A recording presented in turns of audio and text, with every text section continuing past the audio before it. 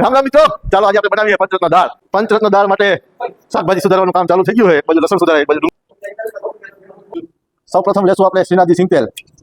આપણે 20 જણા માટે દાળ બનાવવાની છે. લીધી છે રાઈ, જીરું છે, તજના પત્તા છે, લવિંગ છે, મરચા છે અને બાદિયા છે. બધી વસ્તુનો આપણે વઘાર મારી હવે નાખીશું આપણે ડુંગળી, સમારેલી ડુંગળી નાખી. ગરમ થઈ જાય ને આમ એકદમ રાતા સ્મૃતિ થઈ જાય પછી આપણે બીજું વસ્તુ એડ કરીશું. હવે આપણે આદુ, મરચા અને લસણની પેસ્ટ એડ કરીશું. ડુંગળી થોડીક ચડી જાય એટલે મિત્રો હવે આપણે નાખી દઈએ જીરું, દળેલું ધાણા જીરું છે. તે પછી આપણે નાખશું ચટણી. ચટણી તમારા સ્વાદ અનુસાર નાખી શકો છો. આપણે મોટું ચટણી ને ત્યારબાદ હળદર. બસ આપણે મીઠું પણ મિત્રો સ્વાદ અનુસાર નાખી શકો છો. આ 4 વસ્તુ સિવાય આપણે કોઈ વસ્તુ આમાં મસાલામાં એડ કરવાની થતી નથી. બસ મિત્રો હવે આમાં આપણે ચટણી, જીરું, હળદર ને મીઠું એડ કરી દીધું છે અને હવે આપણે ડુંગળીને તળવા દઈશું. ત્યારબાદ ટમેટા એડ કરશું.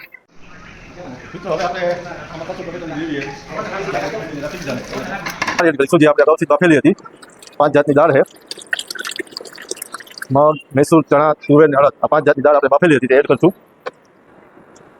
મિત્રો હવે દાળ થઈ ગઈ આપણી કમ્પ્લીટ. હવે રાજુભાઈ ચાખે છે. રાજુભાઈ કે એ પ્રમાણે આપણે શું નાખવાનું છે. રાજુભાઈ લ્યો હાલો ટેસ્ટ. રાજુભાઈ આપણે દાળ ટેસ્ટ કરે છે. કેવી છે રાજુભાઈ દાળ? શું કઈ નાખવું પડે એમ છે? કઈ ઘટે હોય તો કયો.